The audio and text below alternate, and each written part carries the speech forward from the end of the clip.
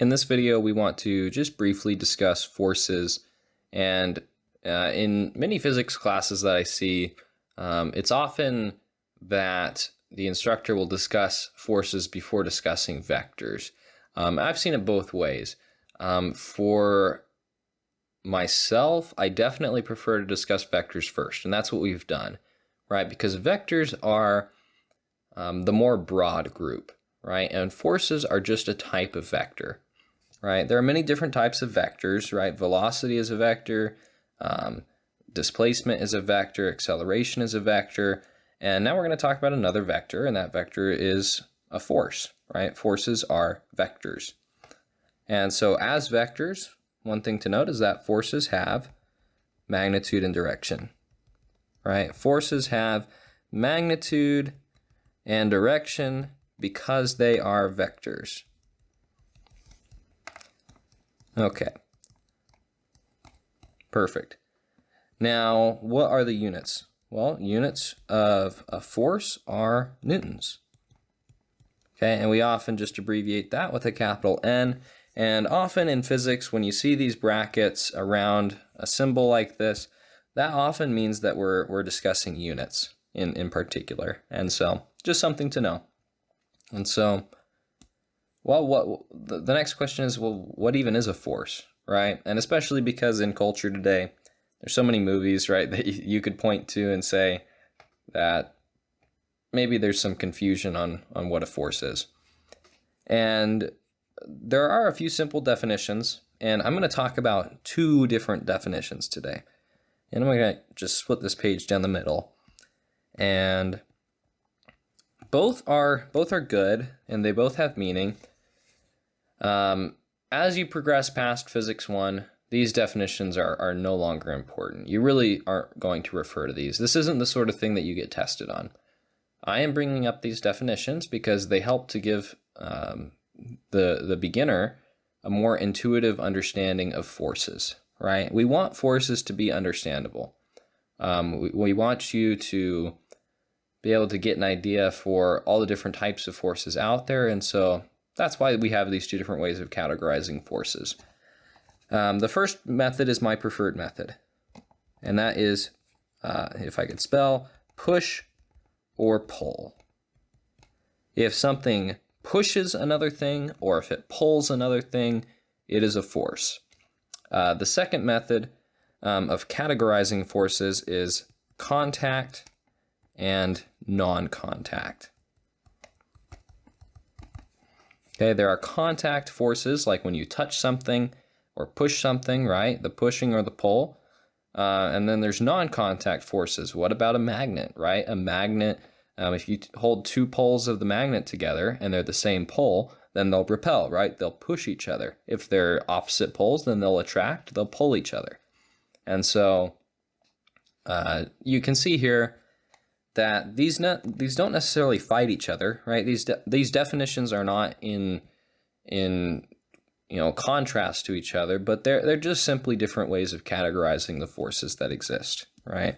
And actually, I'll kind of just leave it at that, just more of a discussion on those forces, because we don't need to go too in depth on that, right? But those are the two kind of methods of categorizing forces. And so when you see something happen in nature, you can ask yourself a few questions. If something moves, you can say, well, is that a contact force that caused it to move or a non-contact force? For example, when you drop a ball, nothing is in contact with the ball when you drop it, right? As it moves through the air, as it falls through the air. And so there must be some non-contact force at play. Something is causing the ball to move. Some force is initiating that and is continuing through with that process.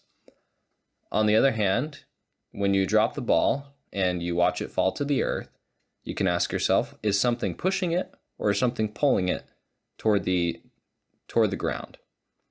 And again, it really is just your preference.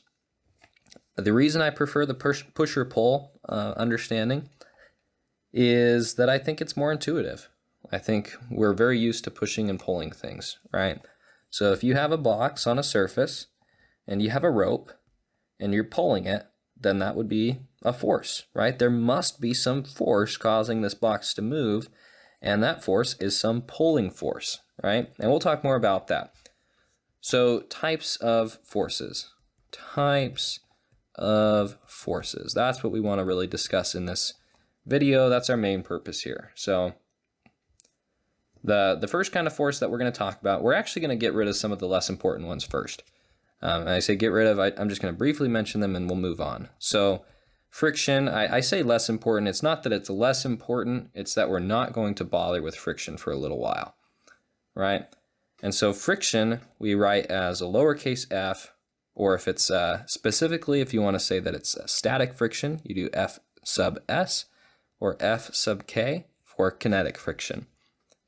And so oftentimes you'll see this lowercase f to designate a force that is non-conservative. And that's a definition that we'll come back to another time, okay? Air resistance. Air resistance is basically the same idea as friction, calculated differently. So air resistance is often F drag, you will see. You might see F linear or F quadratic, because there are quadratic and linear types of drag. Linear drag means that it's proportional to the velocity, and quadratic drag means that it's proportional to the velocity squared. Okay, so this alpha symbol is just proportional. And so essentially what this means is that as an object goes through the air, if it's has some velocity v, then and the object is undergoing linear drag, then the drag is proportional just to this velocity. However, if it's undergoing quadratic drag, then it's proportional to this velocity squared. And so the faster the ball moves, as v goes faster and faster and faster, then the quadratic drag is going to increase by a squared factor. Okay, we'll come back to that later. And so that's air resistance, that's friction. Now, what's more important for us right now? Tension. Okay, anytime that you have a rope or a cable of any sort, there is a tension force. Two ways to write it, F sub t and uppercase T. And if you have more than that, you can do T1, T2, T3, or FT1, FT2, FT3. I prefer the uppercase T because it's less complicated, right? T1 versus FT1, right? That's a little bit more to write. And so I prefer just the uppercase T, but it's all by preference. So a tension force would be that we're pulling with 10 newtons to the right, this box, which is on a frictionless table, okay? That's a tension force. Okay, what's the next type of force? Well, let's actually go back to that. Okay, what else is going on in this picture? Well, there's a contact, right? There is contact being made right here. And so there is a force supporting the box from falling through the table. And that force is called a normal force, okay? So the normal force, and that could be F sub n or just uppercase N. Once again, I prefer just the uppercase N because it's simpler to write. It's simpler to keep track of. As long as you can make sure that you don't confuse it with a unit somewhere, you know, I could see that being an issue for some beginners. But once you understand what's going on, it would be very hard to make that mistake. And so that would be the normal force, and here's our tension force. Okay? Now here's the thing. The normal force is acting there for a reason, right? There is a reason that this table has to push up to support the box, and that is because there's a different force trying to pull it down. And this is the force of gravity, okay? The force due to gravity, I will say. So there is a reason why I'm being specific about this, and we're not going to go into that right now. But rather than saying just gravity, we're going to call this the force due to gravity, right? That is the most proper way that we can say it, okay? What is the force due to gravity? Fg. You can also just call it W for weight, right? Now, of these forces that I've shown so far, of just these three, I'll say. Now, these two up here, they actually do have formulas that we can use to calculate them, and we'll get to those later. But of these three, there's not a simple formula to calculate the tension force. There's also not a simple formula to calculate the normal force. Those ones depend on the problem and the geometry of the problem. Here, and we'll get to understand more of this later, here the normal force is definitely equal to the force due to gravity. And that's not difficult to see once you understand the rules behind that. However, if there's a box, then the normal force is going to point perpendicular there, but the weight is still down, right? That force due to gravity is still downward. And so those two do not equal each other in this case.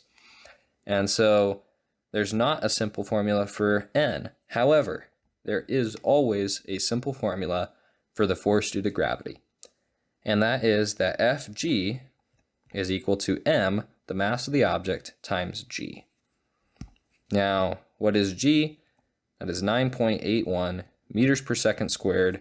Sometimes people just cap it at 8, right? 9.8 meters per second squared, and sometimes people just call it 10 meters per second squared. It's your preference, but I prefer 9.81. That's actually very close if you round it to 9.80 or 9.81. You could actually round it either way, so neither of these is really more accurate than the other. This one is probably just barely more accurate. This one, obviously, you lose some accuracy, but it does make the calculations quite a bit simpler if you're just trying to get a quick answer. And so that's G, right? Now this G, this acceleration due to gravity, is something that's true on Earth, right? On Earth, we have an acceleration due to gravity of 9.81 meters per second squared. And there's a simple experiment on the website as well, the simple pendulum experiment. With just a rope, a paper clip, and a stopwatch, you can determine the value of the acceleration due to gravity, this value, with about 5% error or less, okay? And so that might be worth your time around this point. But this value of g times the mass of the object gives you an answer in newtons. And so let's actually look at that for a second because this is important. So I'm going to erase this. Okay, and so we know that something in newtons is going to be Fg. And then something in kilograms is going to be m.